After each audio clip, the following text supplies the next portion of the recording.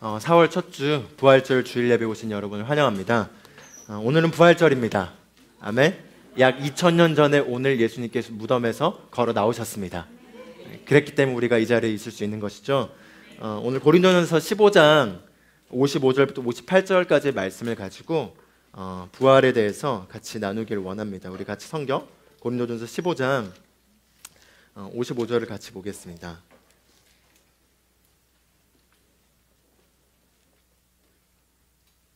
찾으셨으면 55절부터 58절까지 같이 읽겠습니다.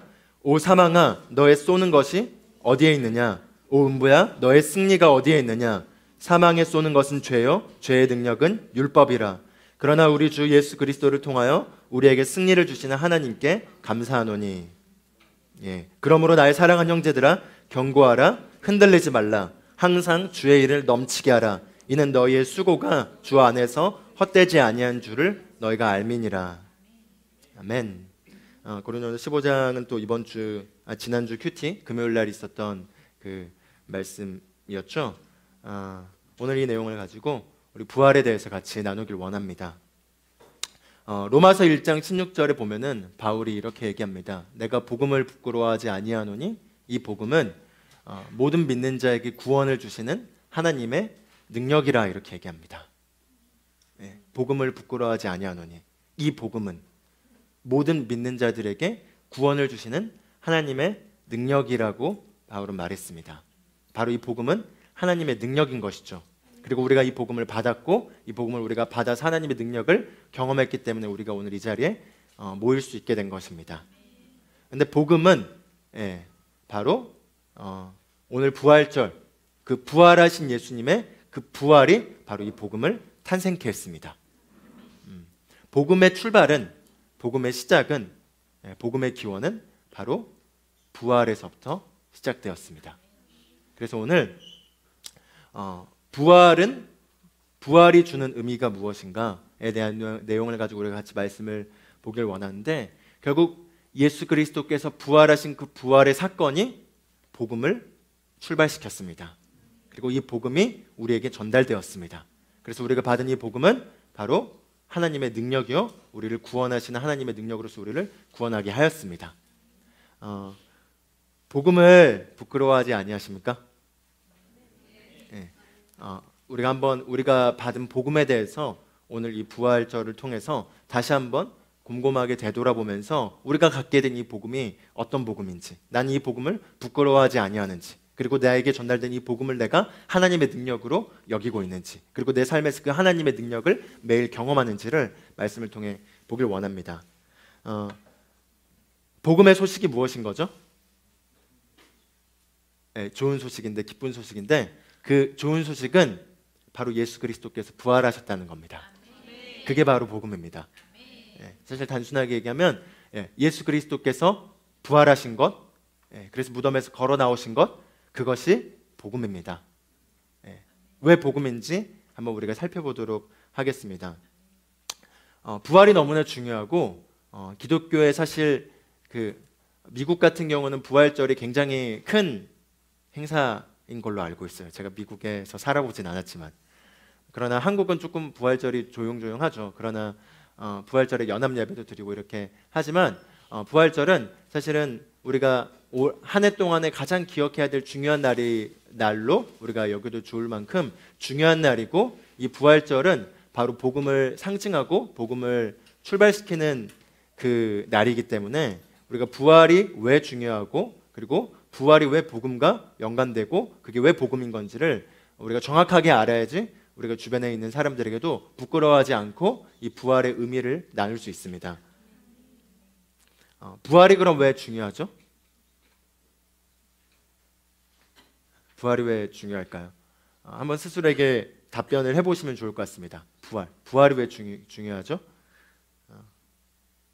아침에 아내랑 밥 먹으면서 오늘 부활절인데 부활이 왜 중요하냐고 제가 이렇게 얘기를 해서, 아내는 하나님의 사랑의 결정판이다 라고 얘기해서, 제가 원하는 정답은 아니었지만 그래도 그랬습니다.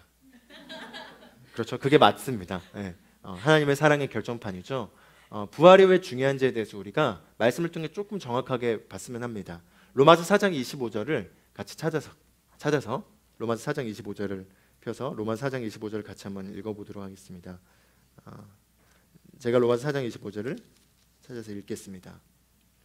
자, 25절을 보면은 예수께서는 우리의 범죄함을 인하여 들여지셨고 우리의 의롭게 하심을 위하여 다시 일으켜지셨느니라, 이렇게 나와 있습니다. 자, 25절을 딱 나눠서 보면은 예수님이 우리가 범죄한 것 때문에 들여지셨다고 말하고 있습니다. 그렇죠?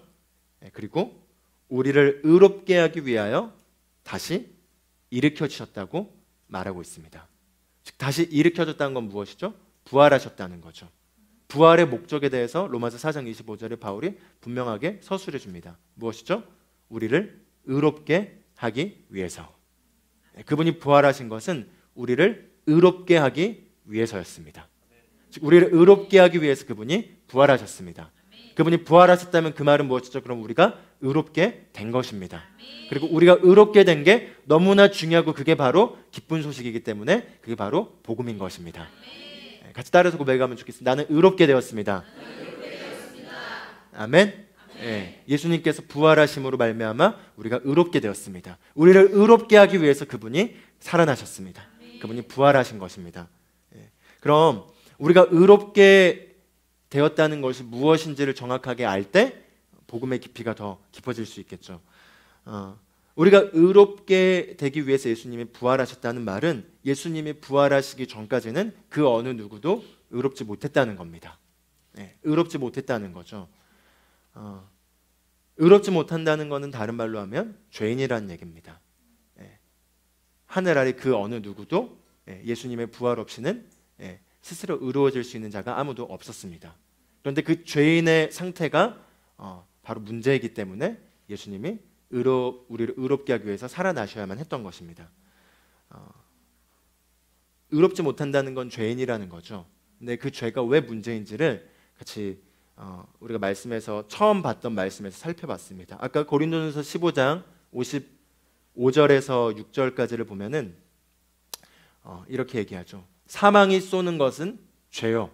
그리고 죄의 능력은 율법이라. 사망이 쏘는 게 있다는 겁니다. 사망은 원수를 지칭합니다. 그리고 원수의 능력이 사망이죠. 그 사망이 쏘는 것은 화살을 비유하면서 서술한 거죠. 이렇게 쏘는 것은 죄입니다.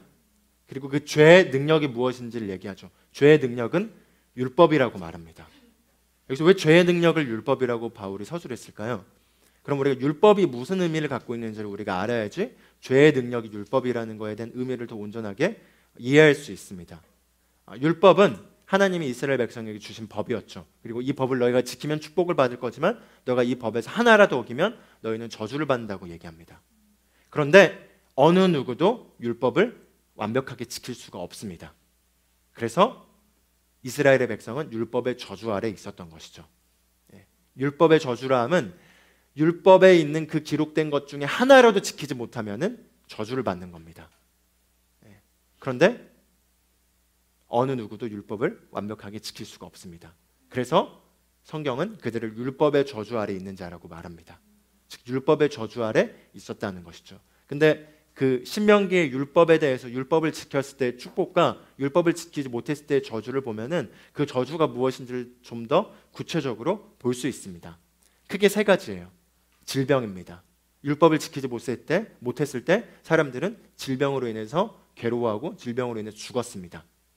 질병이 마음껏 공격했고 질병에 의해서 그들이 멸망당했죠. 그러나 그들이 율법을 지켰을 때는 질병으로부터 그들이 보호를 받았습니다. 그 두 번째는 가난입니다. 그들이 하는 일마다 안 되고 실패하고 그리고 적들에게 패배당하고 망했습니다. 그리고 그로 인해서 가난했고 실패했고 죽었죠. 그래서 율법의 두 번째 저주는 가난이라고 볼 수 있습니다. 그리고 세 번째는 영적인 죽음입니다. 즉 영적인 죽음이라 함은 하나님과 분리된 상태를 얘기하는 것이죠. 아담 이후에 사실은 죄인인 모든 인간은 하나님과 분리되었습니다. 즉 하나님과 분리되었다는 것은 하나님과 교제할 수도 없고 하나님과 대화할 수도 없고 하나님과 연결될 수도 없고 하나님으로부터 어떤 그 하나님의 흐름을 받을 수가 없는 단절된 상태를 얘기합니다. 그래서 하나님의 특성, 하나님의 본성, 하나님의 능력과 하나님의 성품에 관련된 것들이 우리 가운데 흐르지 못하게 되었고, 그래서 우리는 실패하게 되었습니다. 영적 죽음의 결과는 아담과 하하가 영적 죽음의 결과로 일어났던 첫 번째 모습은 무엇이었죠? 그들이 비난을 하기 시작합니다. 수치심을 느끼기 시작합니다. 그들이 벗었음을 알고 수치심을 느껴야 합니다. 그들이 잘못한 것에 대해서 상대방을 비난하기 시작합니다. 그 전에는 내 살 중에 살이요, 내 뼈 중에 뼈라고 이렇게 아꼈던 아내에 대해서 당신 때문에 이렇게 됐어 라는 비난으로 바뀌게 됩니다. 하나님과 단절된 상태에서 오게 된 영적 죽음의 인간의 모습이 나타나는 장면들을 우리가 볼 수 있죠. 그리고 그들이 두려워하였고 하나님의 임재 앞에 벌벌 떨어서 숨었습니다. 그리고 아담과 하하를 통해 낳게 된 가인과 아벨에서 영적 죽음으로 인한 그들의 또한 하나님의 의도에서 벗어난 결과가 무엇인지를 보게 되죠. 가인이 아벨을 시기하였고 그 시기가 무엇을 만들어냈죠? 살인을 하게 하였습니다. 죽이게 한 것이죠. 하나님이 창조하신 그 창조물 형제를 시기로 인해서 분노로 인해서 죽이게 하였습니다. 그런 모든 죄의 본성의 일들이 바로 영적 죽음으로 인해서 일어나게 된 것이고, 그게 바로 저주인 것입니다. 율법의 저주는 크게는 질병과 가난과 영적 죽음으로 크게 카테고리를 세 개로 나눌 수 있고, 그 안에 여러 가지 것들을 다 말할 수 있지만, 그 저주 아래 모든 사람들이 고통을 당하였고 실패하였고 아팠고, 그래서 하나님이 의도하시고 계획하신 이 땅의 원래 인간을 향한 충만하고 다스리고 생명 안에서 넘치는 삶을 아무도 누리지 못하게 되었습니다. 그래서 고린도전서 15장 56절에 나와 있는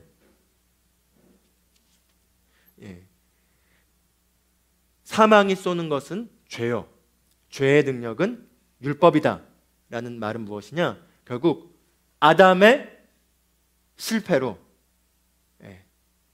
사망이 쏘는 죄를 아담이 맡게 되었고요, 그래서 죄가 되었죠. 아담이 죄의 본성을 갖게 되었습니다. 그리고 그로 인해서 모든 사람들이 다 죄를 범하여서 하나님의 영광에 이르지 못하게 되었습니다. 그 결과 율법의 저주 아래 있게 된 것입니다. 즉 율법, 죄의 능력은 율법이다라는 건 무엇이죠? 아무도 그것을 지킬 수도 없고, 즉 지킬 수 없다는 건 무엇이죠? 율법은 하나님을 상징할 수 있겠습니다. 하나님의 것들을 아무도 지킬 수가 없고 하나님의 수준으로 살 수 없게 되었고, 그리고 저주의 지배 아래서 실패하였다는 것입니다. 사망이 쏘는 것은 죄요, 죄의 능력은 율법이다. 즉 율법을 지킬 수도 없고 율법을 지킬 수 없음으로 말미암아 죄의 종로를 달 수밖에 없는 것이 모든 인간의 인류의 상태였던 것입니다. 그런데 고린도전 15장 56절에서 넘어가는 57절에서 이렇게 얘기하죠. 그러나 우리 주 예수 그리스도를 통하여 우리에게 승리를 주시는 하나님께 감사드리노라. 바로 승리가 우리에게 오게 되었습니다. 바로 우리가 의롭게 된 것이죠. 의롭게 된 사건이 왜 중요한 것이고, 그것이 우리에게 그럼 무엇을 공급해 주는지를 로마서 4장 25절을 통해서 로마서 5장 21절을 통해서 우리 같이 좀 보길 원합니다. 로마서 5장 21절로 가보면요, 자, 5장 21절을 보겠습니다.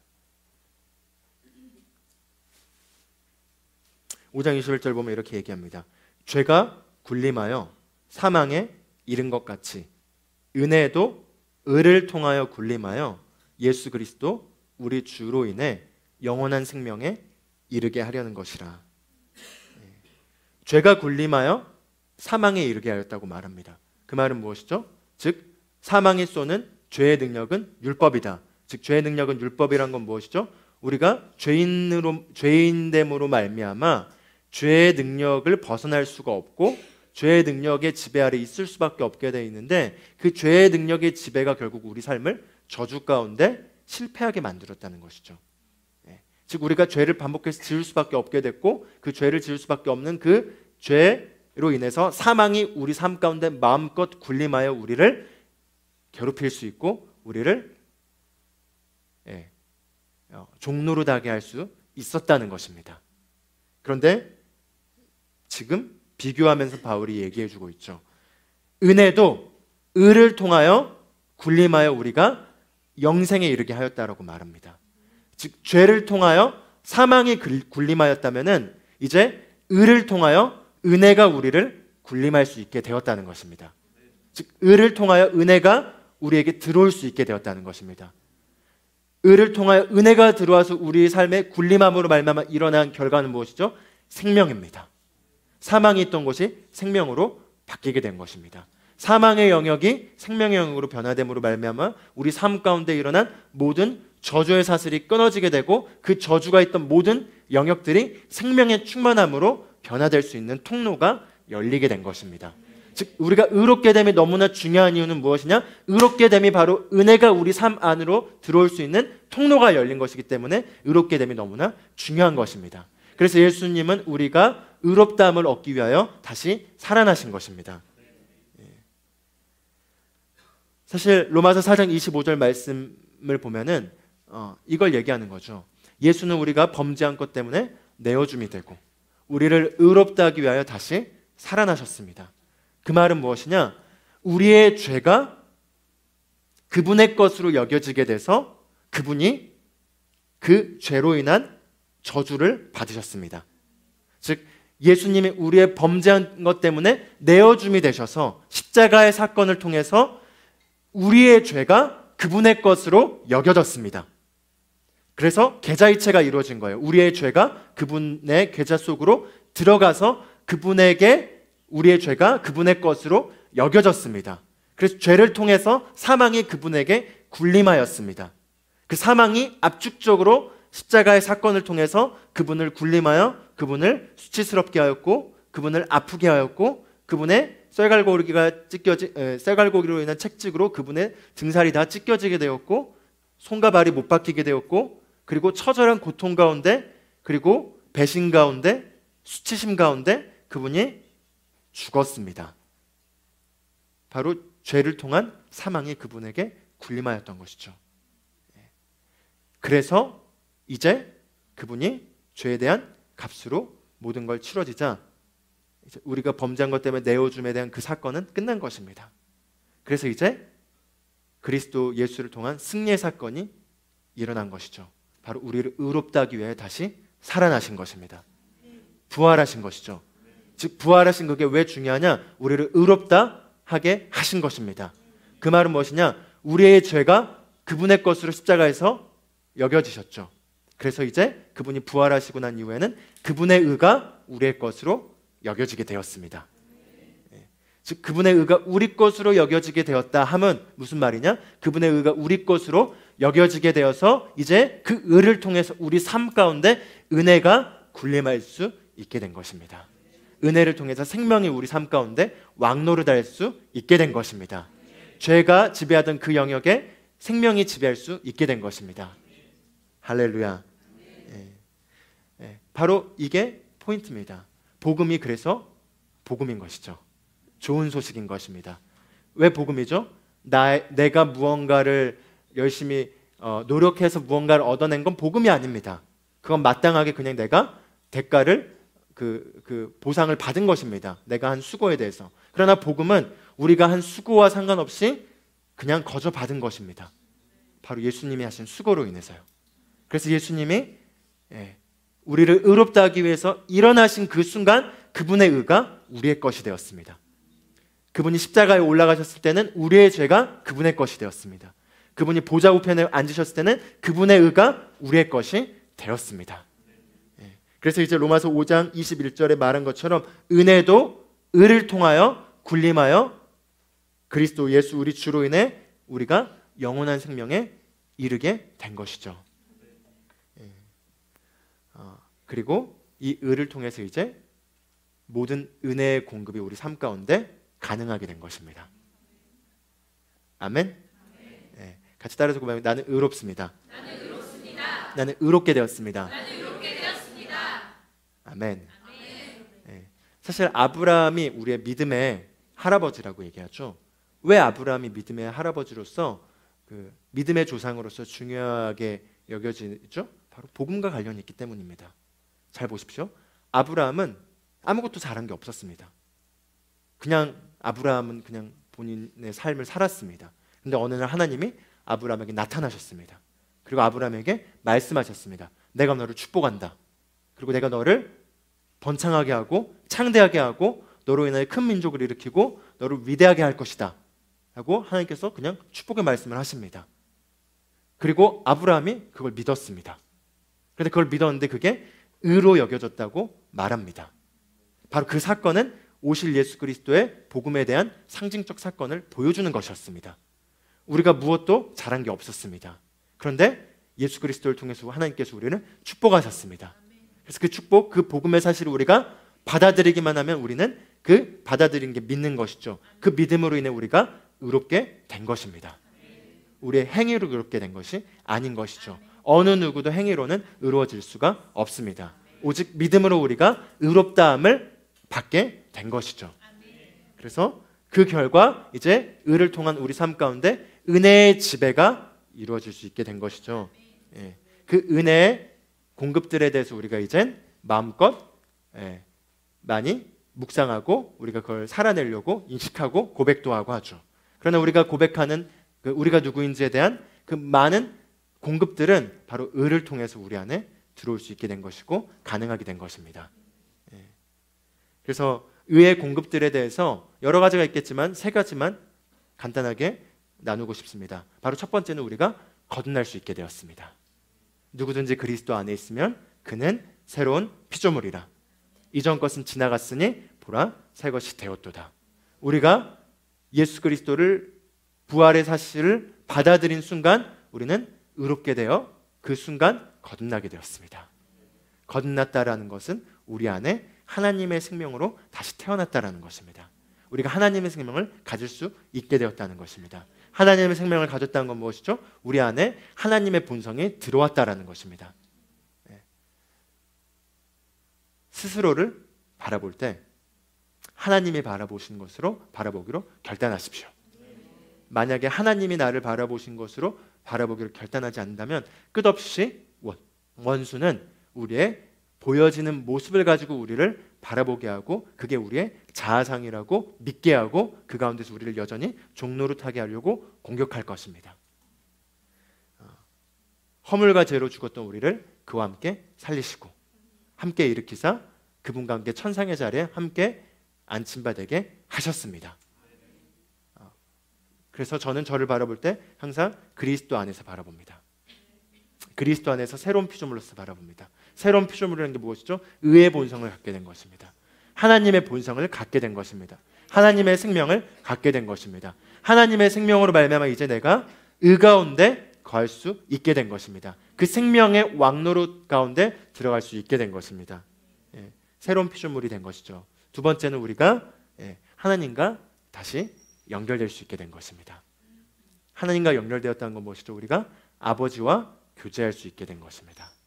우리가 전능하신 그 하나님이 우리의 아버지가 되어서 그 아버지 하나님을 내가 개인적으로 교제할 수 있게 되며 그분으로부터 듣고 그분으로부터 우리도 대화할 수 있게 된 교제의 특권을 다시 가질 수 있게 되었습니다. 그래서 우리가 그분과 교제할 수 있게 된 것이죠. 그분과 교제할 수 있게 된 그 특권은 감히 상상할 수 없는 특권입니다. 그분이 우리의 아버지가 되셨습니다. 그리고 우리는 그분의 자녀가 되었습니다. 아버지와 자녀가 대화하는 것은 당연한 것이죠. 우리가 하나님 아버지와 친밀하게 대화를 누릴 수 있게 되었습니다. 그리고 마지막 세 번째는 우리 주 예수 그리스도를 통하여 우리가 이제 모든 영역에서 승리를 경험할 수 있게 되었습니다. 율법의 저주가 뭐였죠? 질병과 가난과 영적 죽음이었습니다. 이 영역에서 우리는 예수 그리스도를 통한 승리를 공급받을 수 있게 되었습니다. 가난의 영역에서 우리는 승리할 수 있게 되었습니다. 가난이라 함은 우리가 당장 막 돈이 없어가지고 하는 것만 가난이라고 볼 수 있지만 우리가 하는 모든 일들에서 번성하지 못하는 게 가난입니다. 우리가 하는 모든 일들에서 실패하는 게 가난입니다. 그러나 그 가난의 실패, 저주로부터 우리는 그리스도를 통해서 승리할 수 있게 되었습니다. 예수 그리스도의 승리는 우리가 가난하지 않고 이젠 우리가 모든 필요가 공급될 뿐만 아니라 우리가 하는 일들과 우리가 나아가고자 하는 그 일들에서 번영할 수 있게 되었고 승리할 수 있게 되었고 성공할 수 있게 되었습니다. 그뿐만 아니라 질병의 영역에서도 우리는 승리할 수 있게 되었습니다. 예수 그리스도의 승리로 말미암아 더 이상 질병이 우리의 몸 가운데서 지배력을 얻을 수 없게 되었습니다. 그뿐만이 아니죠. 이제 우리를 통해서 우리가 밖에 있는 영혼들의 질병에 대해서 우리가 질병을 쫓아낼 수 있고 그들을 치유시킬 수 있게 되었습니다. 믿는 자들에게 이런 표적이 따르리니 그들이 손을 얹은 즉 나음을 얻으리라. 예수님께서 제자들에게 말씀하셨습니다. 너희가 가서 귀신을 쫓아내고 병든 자를 고치고 죽은 자를 살리며 나병한 자를 깨끗하게 하고 그리고 너희가 거저 받았으니 거저 주어라고 얘기하셨습니다. 그 일이 우리에게 이루어진 것입니다. 우리는 질병에 대해서 승리할 수 있게 되었습니다. 우리가 아프지 않을 뿐만 아니라 우리가 아픈 사람들을 고칠 수 있게 되었습니다. 그게 우리에게 주어진 그리스도의 승리인 것이죠. 그래서 여러 가지 승리들의 것들은 우리가 많이 말씀을 통해 계속해서 묵상하는 거지만 이 모든 것들이 바로 의를 통해서 들어온 은혜의 굴림의 혜택들입니다. 그래서 마지막으로 그렇다면 이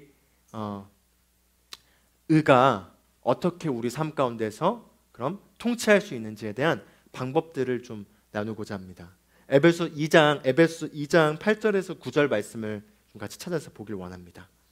에베소 2장 8절로 가보시겠습니다.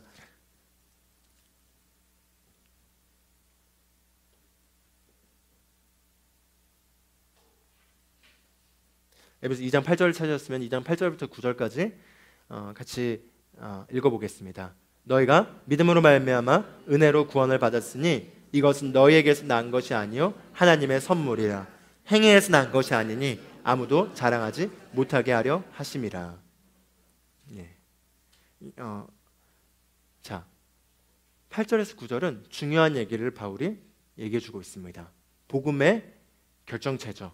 너희가 그 은혜에 의하여 믿음으로 말미암아 구원을 받았으니 이것은 너희에게서 난 것이 아니요 하나님의 선물이라. 행위에서 난 것이 아니니 아무도 사람을 자랑하지 아니하게 하려 함이라. 자, 이 말씀은 우리가 어느 순간에나 담대할 수 있음을 보장해 주는 말씀입니다. 우리가 그 은혜에 의하여 믿음으로 말미암아 구원을 받았습니다. 그 은혜에 의하여. 그 은혜가 무엇이죠? 예수 그리스도께서 부활하신 것입니다. 그분이 부활하심으로 말미암아 우리가 의롭게 된 것이죠. 그 은혜에 의하여 그것을 우리가 받아들임으로 믿음으로 인하여 우리가 구원을 받았습니다. 그래서 이것은 너희에게서 난 것이 아니요 하나님의 선물이다라고 얘기하죠. 그것은 무엇이냐? 너희에게서 난 것이 아니다라는 말이 무엇이죠? 나의 어떠함과 상관없다라는 것입니다. 나의 어떤 노력이나 열심과 상관없다는 얘기입니다. 나의 행실과 상관없다는 얘기입니다. 내가 어떻게 지내는지와 상관없다는 얘기입니다.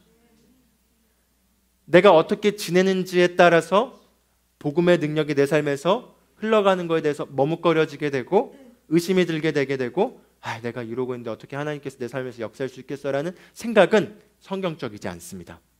왜죠? 너희가 그 은혜에 의하여 믿음으로 말미암아 구원을 받았으니 이것은 너희에게서 난 것이 아니요 하나님의 선물이라. 이는 아무도 사람을 자랑하지 아니하려 함이라. 그 말 우리가 항상 담대할 수 있다는 것입니다. 왜냐하면 우리의 담대함의 근원은 더 이상 우리의 행실에 있지 않고 그분을 믿는 믿음에 있기 때문입니다. 그분을 믿는 믿음이라 하면 나를 대신해서 그분이 하신 그 일의 근거에서 우리는 언제나 담대할 수 있게 된 것입니다. 왜냐하면 우리가 받은 이 은은 하나님과의 모든 공급을 열어준 통로인데 그 의가 어디서 난 것이냐는 거죠. 나의 행위에서 난 것이 아니라 예수 그리스도로 말미암아 얻게 된 선물인 것이라는 겁니다. 그 말은 무엇을 말하는 거죠? 예수님의 의가 우리에게 선물로 주어졌다는 것입니다. 그래서 예수님의 의는 무엇이죠? 바로 예수님이 하신 일입니다. 예수님이 우리를 위하여 대신하여 내어줌이 되시고 우리를 의롭다 하기 위해 다시 살아나신 그 일로 말미암아 예수님이 의롭게 되셨습니다. 그리고 그 예수님의 의가 우리에게 선물로 주어진 것입니다. 그래서 우리가 언제나 하나님 앞에 담대하게 설 수 있는 것이죠. 왜죠? 우리의 담대함은 우리의 신앙 배경에 있는 것이 아니라 예수님이 하신 그 일에 근거하여 우리에게 주어진 것이기 때문입니다.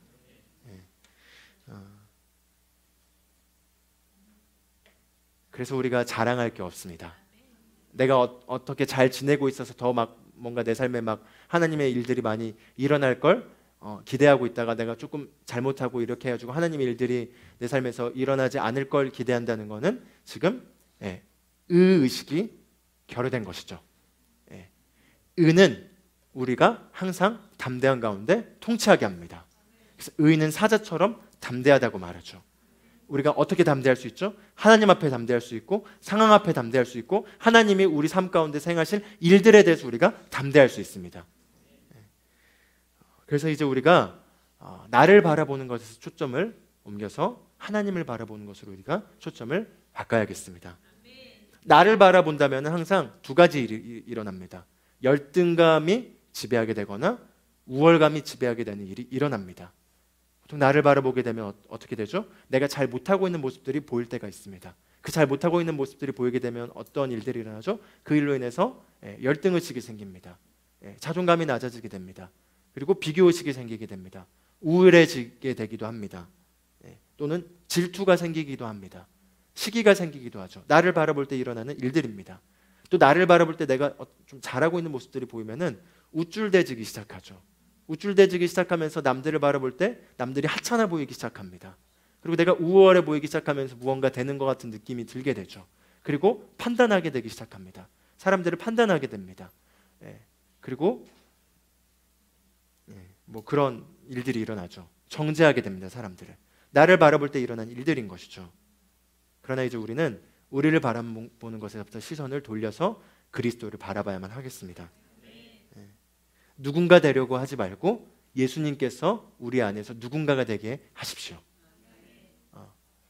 잔 질레이크라고 하나님께서 치유사역으로 이렇게 위대하게 쓰신 그분이 하신 말씀이 있습니다.